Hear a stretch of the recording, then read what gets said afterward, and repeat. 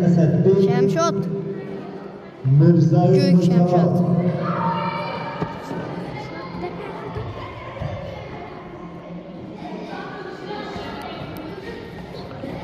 Bulardan kim tayyorlanib tursin? Asadbek Mirzayev. Javob.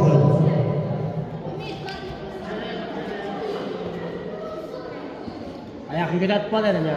Götürtme İyi. bir iki. Üçkesini çatıb aldı. Aldım. Birini Çilen tutsan şarşat. Tut musun? çatıb. İşte. Tuz koyasan ağzı. Götürək geliş bakalım. Yani iki açıklığa girdi.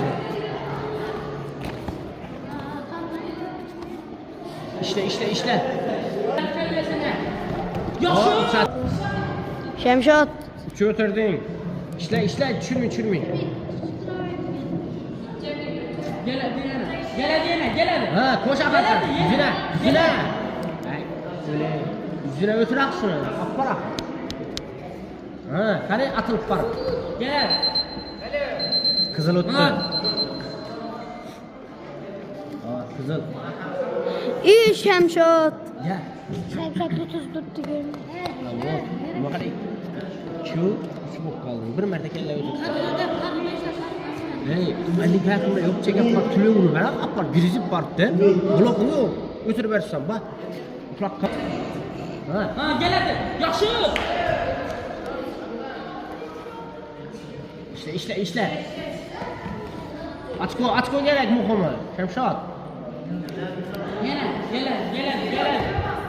Kelleye çözər şunu. Birden köpürap çözülüş gerek. Dep bilmeydi oyunu vaxtını. Şatıb atsan, oynamasan aşağı üçkesini. Gel yaxşı.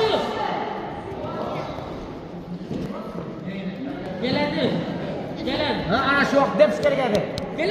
Ha ne deydi o?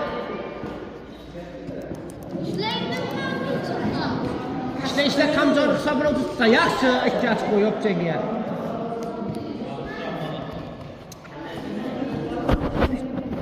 Şunu maşını yok çekiyor.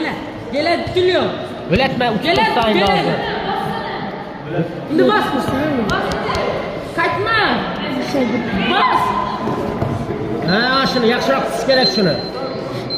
Son. Karnına yok çekiyor.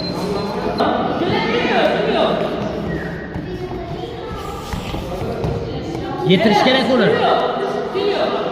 Ha yaxşı. İşte demedi üç gitti bildim. Kattırak şunu tezroq dep şey ayakını düşürgenden. Gel öptürüyor. Ayak.